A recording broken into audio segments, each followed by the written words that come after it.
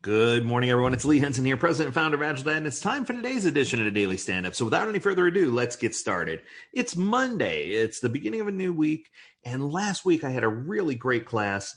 We were talking about eliminating and managing dependencies and doing some proper adjustments.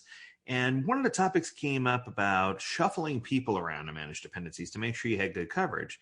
Another person said that they shift items in the backlog in and out of a sprint to manage dependencies.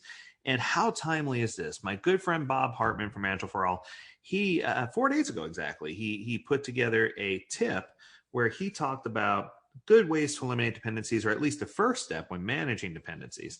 And I think that he's on to something, because when we talk about dependencies, a lot of people talk about eliminating them, when in fact managing them may be the key. So let me explain. So he started off by saying he did a Google search for manage agile dependencies. And are you ready for this? 5.5 million results. Now, that's both good and bad. That means that obviously there's a hot spot, that there's a lot of people out there who care about this topic, but it also means that probably 5 million of those responses at least are misleading, wrong, or guiding you to a different answer than what you're looking for. Anytime there's that much writing about a topic, there's usually a need for some definitive place to go. So I'm grateful for Bob and for his willingness to put together something that was short and sweet, that was concise, but that gave us part of the answer, or the answer that I was most looking for at least. So the question becomes, do we manage? Do we eliminate? How do we eliminate? So eliminating a dependency ensures that it's never going to cost us anything again in the future, which is obviously the route we want to go if possible. So when you're trying to eliminate a dependency, one of the first things he recommends is removing the work creating the dependency. Now, let me tell you, I think that's a great idea. I'd love to do that.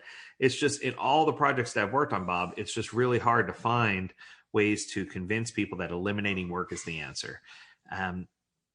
Anytime you're trying to remove work, you just have to jump through a lot of hoops. You have to get a lot of people convinced.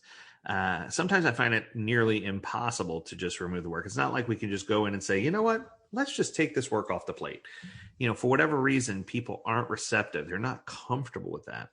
So I think that, while this is a wildly popular, yes, let's do it kind of option, sometimes it's less possible. Now, there are creative ways to realign the work, and we'll talk about that in a little bit, but removing the work altogether may not be the best strategy. Second recommendation he throws out there is to move the work to a different team that wouldn't have a dependency. Now, that's a winner. One of the things that I've discovered is that most teams are struggling because they're I-shaped teams. They work in a silo, they have deep knowledge in one area, and they're not T-shaped, so they don't have those cross-functional abilities to be able to handle things to eliminate a lot of these dependencies, where if more of your teams were T-shaped or more cross-functional, they have deep knowledge in a subject area, but also cross-functional knowledge at the top, that would allow for those teams to better be able to address or handle the work without necessarily always having to shift people around. So one of the things that I saw when I was addressing this with the team during the training was I asked them, what are some ways that you can eliminate dependencies? And some of the things they said first were, well, what we do is we just shift people around. So we find a person who's the expert and get them involved right away. Another person said, oh, well, we eliminate dependencies by inserting all the work we need in a sprint. Even if the sprint's already begun, we'll interrupt the sprint, insert the additional work just to eliminate the dependency right there on the spot and nip it in the bud. And I was like, wow. Another group made the third recommendation here. It was a software organization, and they said, we'll use a mock-up or a stub to simulate the dependent piece that's already existing to do the work around it so that we can get things there. And that makes logical sense. That makes perfect sense, right? It's kind of a Captain Obvious answer, but what I can tell you is sometimes those answers are the ones that generate the best interest.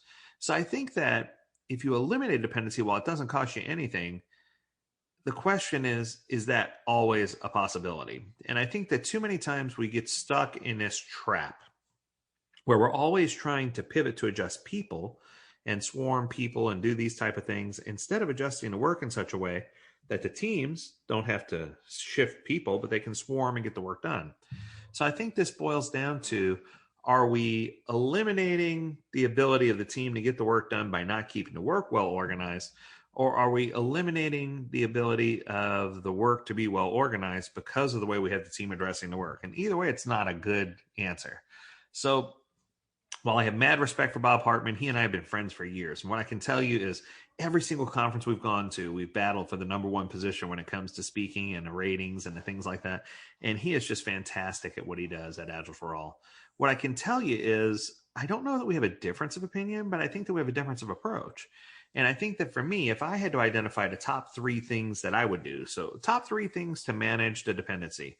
Number one for me would be make sure your teams are cross-functional and T-shaped. If you have T-shaped teams that are able to tackle this work, it's better for you to understand and keep those teams cohesive and attack the work and organize the work in such a way that the teams can swarm, as opposed to constantly readjusting people on a team and trying to catch up. Two, don't find ways to necessarily remove work or eliminate the dependency. Instead, try to find ways to better manage or govern the work. If you can govern the backlog or govern the work or get the work organized in such a way that it makes it easier for teams to swarm and take care of, then you can eliminate part of that battle. And three is make sure you have debt taken care of, whether it's technical or non-technical debt. If you get that debt taken care of, it increases the bandwidth. And as a bonus, make sure you're honoring your WIP limits. If you're honoring your work in progress limits, it also makes it very easy for you to identify dependencies and to plan for those ahead of time so that you don't get caught by them at the last second. Well, I hope you enjoyed this edition of today's Daily Stand-Up. Trying to keep it short and sweet. As always, we encourage you to visit agiledad.com where you can learn more about this topic and others. And if you have a topic that you want to hear discussed at the Daily Stand-Up, don't hesitate to reach out to us at lee@agiledad.com, where we'd love to hear your ideas. We got lots of time to do these. And as always, we encourage you to stay healthy, stay well, and stay agile, my friends. Until next time,